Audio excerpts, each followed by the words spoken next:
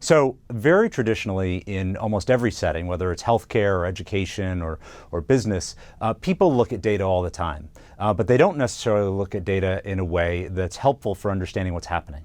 So this is a perfect example. This is data on a program trying to have people stop smoking, and it is 24 weeks of data looking at the percentage of smokers who would quit smoking after a 4-week program. So as you're looking at this, do you see improvement? Is there a difference? So a common thing that people might do to be able to help you interpret this data is they'll maybe break it down. They'll say, well, let's look at, before our program from weeks 1 to 12, here's the average that we had, here's maybe the maximum number and the minimum number. And then after we did our program, here's weeks 13 through 24, and we'll also do an average and a maximum minimum. And now let's compare those, right? So we're looking at a snapshot of before and after we did this program, and we're trying to make a conclusion about whether improvement happened.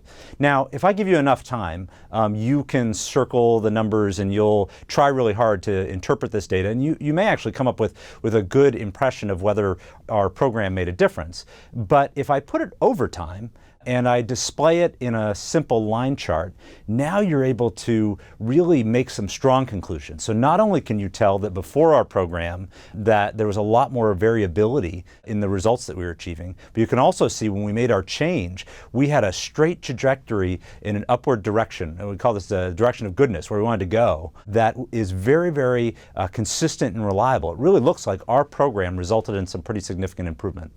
So you can talk about the data that you see in this line chart in such a way that's so much more powerful, and there's so much more analytics that you can do than when you were looking at it in a simple table of data. And this is one of the reasons we emphasize displaying data in such a way over time that enables you to be able to interpret the behavior of the data.